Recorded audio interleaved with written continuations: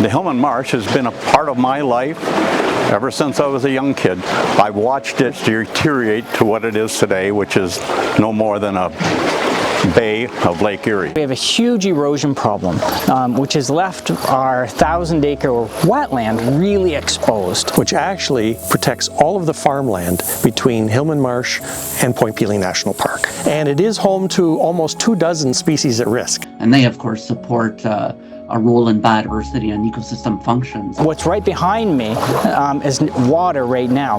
That used to be a parking lot. I've seen houses that were here back in 2006 that are no longer here. Anything that was there before has basically disappeared. Hillman Marsh has reached a tipping point.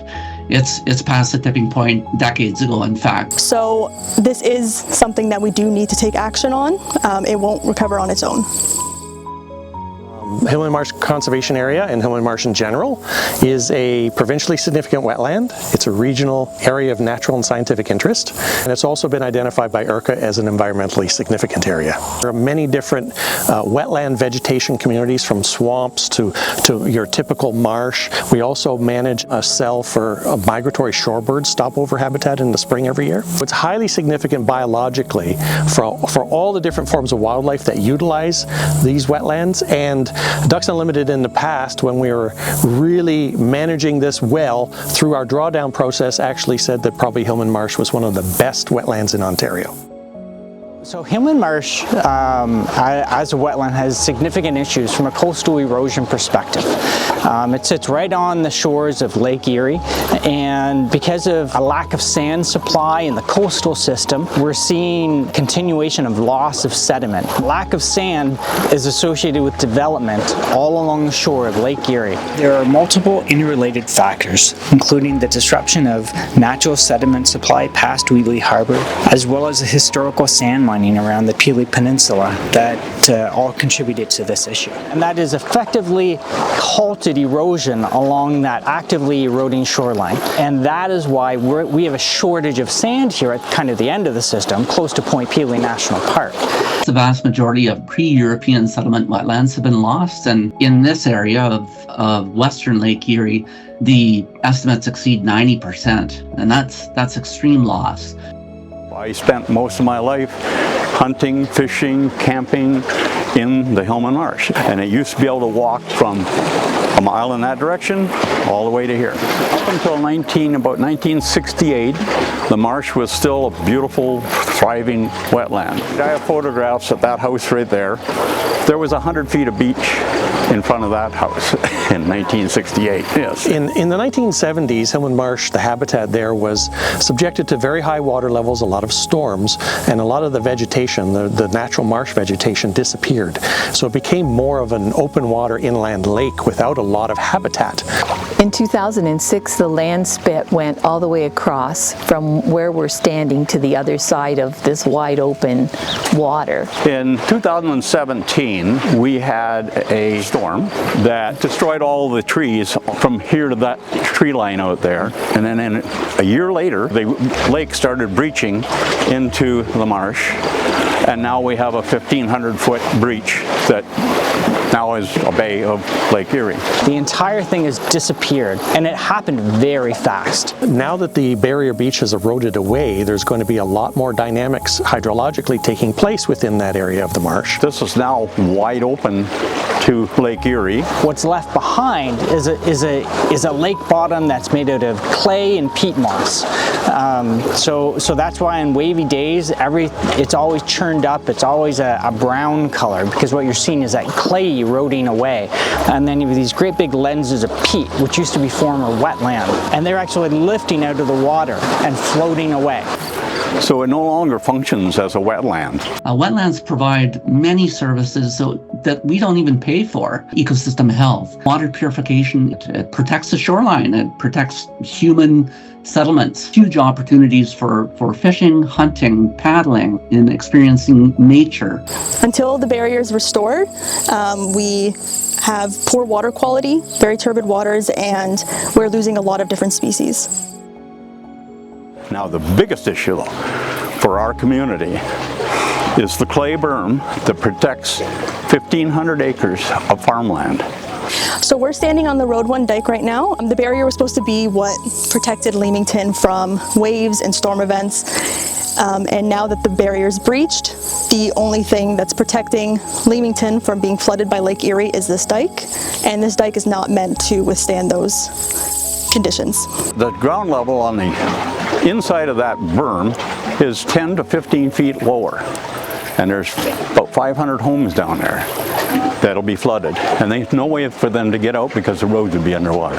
It's a very, very dangerous situation. I would imagine it wouldn't take long, should the dike breach, that the water would completely cover the farmland, the roads, the houses, the infrastructure beneath. And then what do we do? For us, it's always the safety piece, getting people out, economic development. How do we sustain? We can't. Once that farmland is covered with 9 feet of water, there's nothing we can do.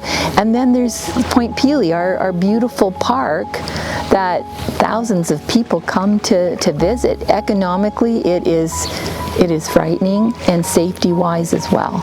It's important to note that breaching is a natural process, but in the case of Hillman Marsh, we're experiencing extremely limited sediment supply, which is what resulted in it being blown out to the size that it is. That in combination with climate change.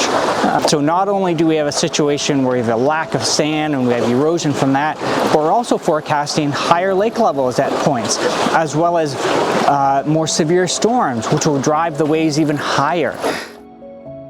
Although we hear the term very often, there are very few examples of projects that integrate future climate and lake level projections, as well as the principles of resilience and adaptation planning. So what we want to do is try to solve two problems at once. We want to solve this coastal erosion problem, and at the same time, try to solve the issue associated with biodiversity and improve the biological health of our wetland. I think what makes this project very different from traditional conservation approaches that use incremental steps or adjustments.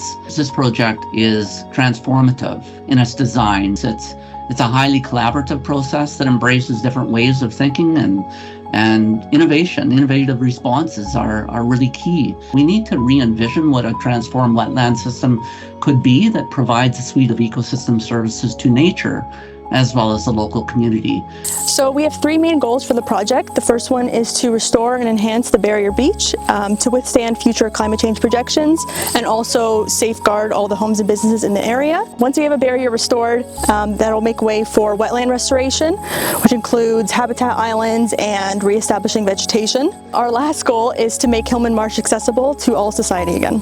By March 2024, we'll have a preferred concept for being brought forward that will make way for construction and restoration. Well, implementing a plan such as that is going to help protect the actual infrastructure here. The wetland cells that we have, the west cell, the east cell, and the shorebird cell are all integrated into the marsh, and they have diking systems with some protection on the outside of them, but without some sort of protection along the barrier beach, Lake Erie will threaten those very significant pieces of infrastructure. And there'll be really important adaptation lessons learned as this project progresses through its various stages of development and implementation that can be applied elsewhere within the Great Lakes. This project offers an opportunity to transform the wetland and make it endure to a greater extent future impacts from climate change, as well as the surrounding human-based pressures.